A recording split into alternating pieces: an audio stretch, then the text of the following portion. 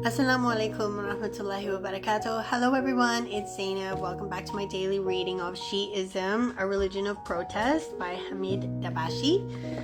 So today I'm just going to start reading where I left off the other day. I know it's been a couple of days since I've read this book, but I'm on page 43 of chapter 1. Chapter 1 is called The Death of a Prophet.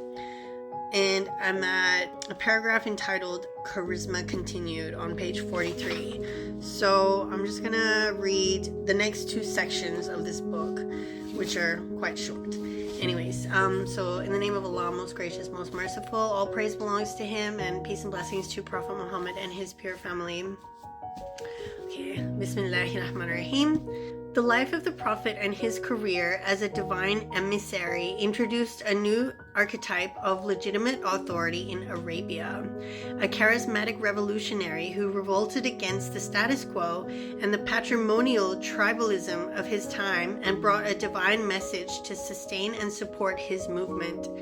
The death of the Prophet created a vacuum in that movement. Following his death, the overwhelming majority of Muslims opted to routinize Muhammad's charismatic authority and establish various institutions to define and uphold the Muslim community based on his divine message and his enduring memory. A small band of his followers, however, thought that his moral presence was still needed to hold their community together.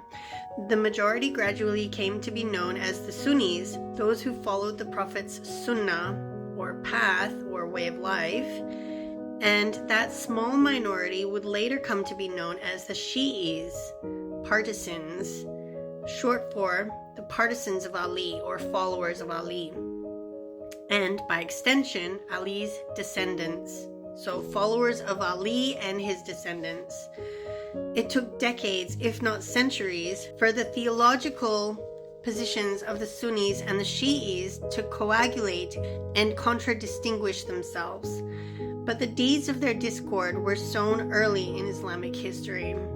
Shi'ism, one might thus suggest, is an attempt to sustain Muhammad's charismatic authority, prolonging his personal presence from generation to generation by extending it from an Islamic prophetology to a Shi'i imama. The Shi'i prophetology is articulated in a manner that anticipates, authenticates, and authorizes its own imamology. Okay, next paragraph is called A Deferred Defiance. To understand the pious veneration of the Shi'is for their imams and through that the dynamic effervescence of the Shi'i history, we need to grasp more closely Muhammad's prophetic mission, whereby the Prophet's charismatic presence is subsequently extended to embrace and include the Shi'i imam's infallible persona. In this respect, the ethical dimension of the Prophet's character is necessary but not sufficient for the Shi'is, and thus his exemplary presence is considered equally, if not more, palpable. The Shi'i imamology is thus deeply rooted in its prophetology, and from there to its theology, all preludes to their soteriology. For without imams and the doctrinal stipulation of their intercessions, no salvation is effectively possible. The result is a total narrative from the divinity through prophethood and down to the sacred characters of the imams, in which the miasmatic, charismatic presence of the prophet and the imams extends to constitute a charismatic community as the tabula rasa of worldly salvation.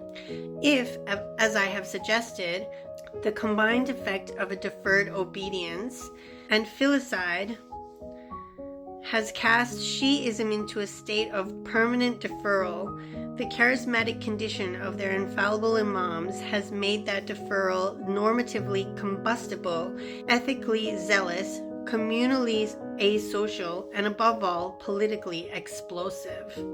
So in Shi'ism, what we have is in fact an always deferred defiance.